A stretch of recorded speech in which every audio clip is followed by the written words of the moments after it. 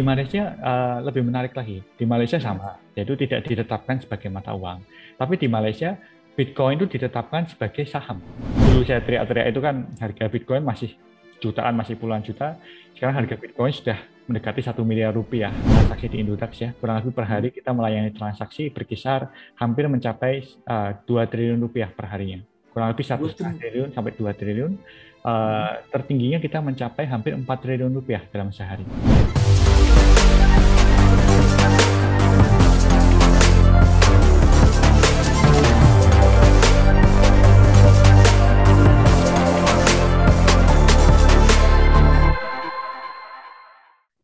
Halo, Pak Oskar Darmawan. Apa kabar, Pak Oskar?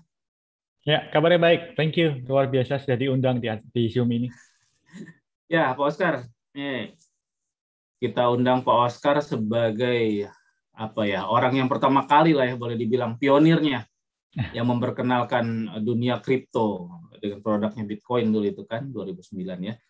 Nah, Pak Oskar, terkait dengan putusan Komisi Fatwa Majelis Ulama Indonesia yang mengharamkan uang kripto, bagaimana respon Pak Oskar dan kawan-kawan yang bergerak di dunia kripto ini? Ya, kalau menurut saya sebenarnya putusan itu cuma penegasan sih. Jadi penegasan apa yang pernah disampaikan oleh Bank Indonesia. Jadi Bank Indonesia memang sudah menyatakan bahwa transaksi di Indonesia mata uang yang diterima dan sah adalah hanya rupiah. Jadi US dollar, Singapore dollar, dan kripto itu haram buat transaksi di Indonesia. Makanya kalau kita pelajari putusan fatwa MUI itu, mereka menyatakan sebenarnya kalau secara komoditas yang punya underlying yang dikriptokan, ya, yang silah itu sah diperdagangkan. Ya, cuma kan yang disorot oleh banyak orang yang haram sebagai mata uangnya. Iya, orang yang awam kan lihatnya haram, Tuh. pikirannya haram secara keseluruhan gitu kan. Padahal kalau kita pelajari putusannya itu kan untuk kripto yang berunderlying yang silah itu sah diperdagangkan. Jadi kripto itu kan macam-macam ya. Jadi macam-macam dan nggak semua itu kan tentang mata uang ya. Kalau tentang mata uang ya jelas memang haram kalau untuk jadi mata uang di Indonesia. Tapi kalau untuk perdagangan masih sah. Di negara lain pun demikian memang Betul. kondisinya. Sebagian besar seperti itu, tapi kalau negara-negara seperti di Jepang atau negara yang ekonominya lebih maju lagi seperti di US, beberapa memang menerima sebagai currency. Ya, bahkan kalau kita bicara El Salvador, itu negaranya juga sama. Bahkan menerima Bitcoin sebagai salah satu aset yang menjadi jaminan devisa negaranya. Nah, tapi kalau kita bicara Indonesia, memang kita lebih berhati-hati dalam approach karena kita memang ingin memastikan mata uang kita hanya rupiah. Oleh Kalau karena di itu, negara-negara yang penduduknya mayoritas Muslim lainnya seperti apa? Malaysia, misalnya Uni Emirat Arab yang relatif lebih maju, Arab Saudi semacam itu? kalau di Malaysia lebih menarik lagi. Di Malaysia sama, yaitu tidak ditetapkan sebagai mata uang. Tapi di Malaysia, Bitcoin itu ditetapkan sebagai saham. Ya, jadi makanya pengaturan Bitcoin, pengaturan Dogecoin diaturnya oleh lembaga yang mengatur perdagangan saham. Di sana diperbolehkan, ya. Di Uni Emirat Arab dan di Arab Saudi pun sama. Bahkan beritanya kemarin kan karpet merah karena mereka lagi memprioritaskan perkembangan teknologi kripto untuk pembuatan mata uang. Ya. Nah, tapi setiap negara kan saya lagi beda-beda ya. Nah ini, Pak Oskar, seingat saya pernah dulu sekali 2017 atau 2018 ya dalam sebuah wawancara Pak Oskar sempat bilang Pak Oskar optimis sekali dalam harusnya 2020 kemarin kripto ini akan dilegalkan oleh pemerintah gitu. Tapi ternyatanya malah tetap BI dengan aturannya dan dari sisi syariahnya Majelis Ulama Indonesia kayaknya mendukung apa yang diinginkan oleh Bank Indonesia. Tapi sebenarnya kan enggak juga. Kalau kita perhatikan aturan daripada Kementerian Perdagangan dan Bapepti, mereka sekarang melegalkan 100%. Artinya sudah sesuai harapan Pak Oskar itu ya, sebetulnya. Sesuai. Kalau kalau dari Indodax kita nggak pernah untuk berjuang membuat kripto itu menjadi mata uang. Karena memang jadi mata uang itu tidak diperbolehkan. Nah, kalau visi misi kita adalah membuat kripto itu menjadi salah satu alternatif investasi untuk masyarakat. Nah, Nah, harapan saya sih kemarin orang-orang yang mendengarkan kita sekarang sudah makin kaya raya ya, karena waktu dulu saya teriak-teriak itu kan harga Bitcoin masih jutaan, masih puluhan juta. Sekarang harga Bitcoin sudah mendekati 1 miliar rupiah. Ya, saya Iya. ucapkan selamat ya buat yang profit mendengarkan salam.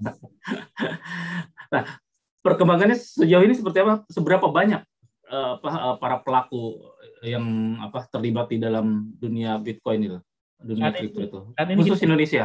Saat ini kita punya member 99% adalah member Indonesia. Ya, jadi data kita cukup valid, kurang lebih sekitar 4,5 juta member itu berasal dari Indonesia yang berdagang di Indodax. Kita bisa melihat sekarang punya tren orang-orang ini full time dia trading crypto. Apalagi orang-orang yang kena efek pandemi corona, mereka sekarang dapat manfaat sangat besar dengan trading di Indodax. Mereka bisa mencukupi kebutuhan sehari-hari mereka, bahkan mulai bertaburan sekarang di Instagram sebelum mengenal kripto dan sesudah mengenal kripto. Sebelumnya mereka benar-benar baru mulai karir, sekarang sudah punya mobil, punya rumah. Kita sangat bangga sih dengan hal itu. Meskipun ada yang meledek ya, wah ini orang kaya raya cuman dari kamar tidur gitu kan, bisa dari toilet cuma berbekal HP semacam itu ya. Pak Oscar, perputarannya sendiri berapa nilainya, transaksinya sampai menjelang akhir tahun ini khusus 2021? Kurang lebih kalau kita lihat transaksi di Indodax ya, kurang lebih per hari kita melayani transaksi berkisar hampir mencapai 2 triliun rupiah per harinya. Kurang lebih 1,5 triliun sampai 2 triliun. Tertingginya kita mencapai hampir 4 triliun rupiah dalam sehari. Nah, itu kan tadi Pak Oscar sempat bilang ada macam-macam jenis. Itu untuk yang kripto itu, selain mata uang kan berupa apa kasarnya saham untuk investasi, dan transaksi 2 triliunan itu dalam bentuk apa? Untuk di jenis apa itu? Kalau kita perhatikan yang besar transaksi di Indodax itu justru komoditas-komoditas yang punya underlying ya, seperti yang base-nya di US dollar, base-nya di emas, base-nya di silver, juga ada yang base-nya produksi listrik seperti Bitcoin kan base underlying-nya di produksi listriknya ya. Jadi rata-rata memang yang besar-besar seperti itu. Tapi kalau token-token nggak jelas yang nggak jelas dasarnya dari mana, itu memang kurang populer di Indonesia, di Indodax. Cuma kan kita secara market kita harus menyediakan karena kadang-kadang market ini kan pengennya token-token yang unik gitu. Ya. Pak Askar sendiri punya data surveinya nggak Pak Robert? Membersnya itu dari sekian ratus ribu itu, misalnya dari sisi usia, latar belakang mereka usahanya atau pendidikannya, atau bahkan kalau kita kaitkan dengan MUI lah misalnya dari sisi agama semacam itu, ada nggak Pak Oscar? Sayangnya kita nggak pernah mensurvei member kita berdasarkan agama sih, karena kan lumayan sensitif nih. Iya, Tapi iya. kalau berdasarkan pekerjaan dan demografi, kebanyakan member kita itu berusia umur 20 hingga 30 tahun. Hampir setengah member Anak-anak muda ya? anak-anak muda. Jadi orang-orang yang baru mulai karir, mereka melihat suatu peluang, karena teknologi ini kan teknologi baru ya, yang orang cenderung susah untuk memahami dasar underlying-nya apa sih? Kan pertanyaannya selalu gitu. Padahal Iya, kalau iya, kita iya. tahu dasar underlying-nya Bitcoin, Ethereum, atau koin-koin yang populer, itu ada underlying-nya. Ya, biaya produksi listrik yang mereka pakai itu sebenarnya biaya underlying penetapan harganya. Itu bisa dihitung secara matematika. Contohnya Bitcoin. Biaya listrik yang dipakai untuk memproduksi Bitcoin itu sekitar 150 terawatt hours atau setengah listrik yang dipakai satu Indonesia. Jadi ada underlying-nya. Ya, token-token yang ada underlying-nya itu kemudian menjadi orang tahu, oh memang harganya wajar, makanya transaksinya tinggi. Cuma kan hal semacam ini kadang susah untuk dipahami oleh banyak orang. Iya, iya, iya. Pak Oscar, saya teringat soal salah satu produk yang diinikan oleh Indodex ya. Indodex itu kan Shiba Oh, yang Shiba. kemarin sempat rame itu ya. Perjalanan ini seperti apa sekarang? Memang sudah dapat izin dari Bapepti. Ya, kalau kita bicara token-token yang nggak jelas itu contohnya Shiba ini. Oh, Jadi gitu. di Indonesia kita juga memperdagangkan token-token yang dasar underlying nggak jelas. Jadi seperti Dogecoin, seperti Shiba, ini termasuk token yang nggak punya underlying jelas. Ya, kita menyadari hal itu. Ya, tapi tantangannya ini ada market yang menginginkan token itu. Nah, Cukup besar itu ya. Nah, kenapa Indodax memperdagangkan token itu? Karena kita melihat demand market besar, yang pertama itu. Ya. Yang kedua, dari kita sendiri karena kita melihat demand-nya besar, dukungan internasional juga besar, kita juga mendaftarkan token-token itu ke Bapepti sekarang.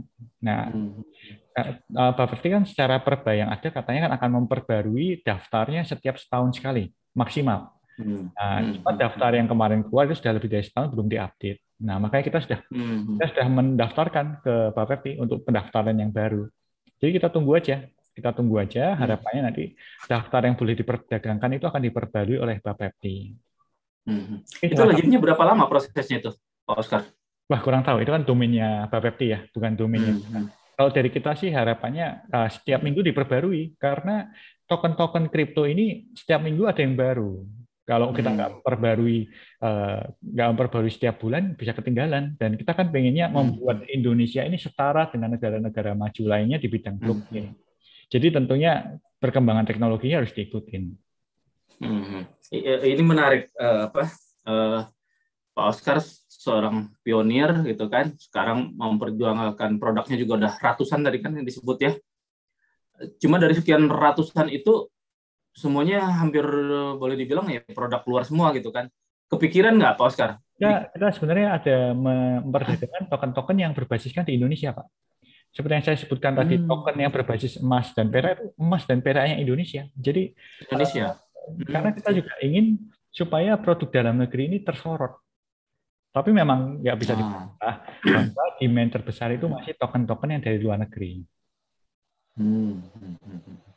Nah itu kalau beberapa waktu lalu ya, 2019 kalau nggak salah itu, Arab Saudi sama Uni Emirat Arab kan sempat mau bikin uang kripto sendiri tuh. Ya. Saya sih nggak terlalu mengikuti mereka hanya wacana apa memang sudah terwujud ini Pak Oscar. Kalau pengetahuan Pak Oscar. Sepengetahuan saya itu sudah masuk dalam tahap eksperimen ya. Jadi Uni Emirat Arab dan Arab Saudi sebagai salah satu pusat negara Muslim ya, dia sedang membuat token mata uang berbasiskan blockchain atau disebut juga dengan token kripto. Saat ini belum dipublik, tapi tahapnya sudah eksperimen di internal, eksperimen di bank sentralnya, Pak. Nah, maksud saya, apakah Indonesia dengan rintisan Pak Oscar akan juga membuat hal semacam itu? Seperti dilakukan Saudi sama Uni Emirat. Pengetahuan saya dari Bank Sentral Bank Indonesia itu sedang membuat wacana juga untuk membuat hal itu. Tapi untuk di Indonesia saya kira baru masih tahap wacana sih. Jadi masih jauh. Masih jauh. Ya, karena saya kira negara kita punya prioritas yang lain kan. Oscar, peluangnya pasca putusan MUI ini berdampak besar nggak sih? Sejauh ini kalau kita perhatikan dari volume perdagangan dan jumlah member yang transaksi, belum ada efek sih Pak. Karena saya kira trader kita memahami apa yang diungkapkan oleh MUI itu sejalan dengan apa yang diungkapkan oleh Bank Indonesia, bahwa tidak boleh jadi mata uang. Dan saya kira dari 4,5 juta kita memahami semua bahwa mereka semua cinta rupiah dan mereka transaksi hanya dengan rupiah. Jadi mereka nggak berusaha membuat Bitcoin jadi mata uang juga. Oleh karena itu mereka mendukung keputusan fatwa MUI tapi mereka tetap berdagang karena memang masih sah untuk diperdagangkan ya untuk token-token yang punya underlying kan rata-rata trader kita memahami dasar underlyingnya masing-masing. Artinya Pak Oscar dan teman-teman merasa nggak perlu juga lah ada komunikasi khusus dengan MUI untuk menyatukan persepsi, nggak perlu sampai sejauh itu ya. Kalau dari kita tetap berusaha sih Pak. Dari kita kan lumayan aktif ya, lumayan aktif berbicara dengan organisasi-organisasi Islam. Cuma memang bukan domain kita yang menguasai. Jadi kita banyak meminta nasihat dari para kiai, minta nasihat dari para organisasi Muslim, ya untuk memberikan masukan kepada kita. Jadi memang dari sisi kita berusaha untuk berkomunikasi terus. Cuma kan sekali lagi kita bukan pakarnya di dalam agama Muslim Islam, jadi kita membutuhkan nasihat dari para kiai dan ulama mengenai hal ini. Tapi ada tim dari rekan-rekan seprofesi Pak Oscar yang memang berkomunikasi semacam itu ya, meskipun bukan Pak Oscar langsung gitu ya. Kita lagi berusaha Pak, bahkan dari saya pribadi pun kita lagi berusaha. Cuma kan network saya masih sangat terbatas ya, jadi mungkin saya akan berusaha untuk terus dan tolong didoakan aja Pak. Ya. Oke, Pak Oscar, terima kasih banyak sudah berkenan berbincang dengan kami dari Detikom. Baik. Semoga ya seperti disampaikan Pak Oscar tadi ya, kalau memang masing-masing di antara pelaku member juga memang sudah memahami, nggak akan ada gejolak yang berarti lah ya pasca fatwa MUI ini. Betul. Dari harapan kami sih nggak ada gejolak yang berarti, Pak. Jadi kita juga sudah menenangkan para trader kita, nggak usahlah sampai menimbulkan keributan, tidak usah berdemo, lain sebagainya. Karena keputusan itu masih sejalan dengan pemerintah bahwa itu hanya diharamkan sebagai mata uang. Untuk komoditas sebagai perdagangan masih sah diperdagangkan. Ya, karena kan 4,5 juta member itu kan jangan sampai kejadian seperti awal-awal Gojek dulu terjadi, Pak. Oh iya iya iya. Iya.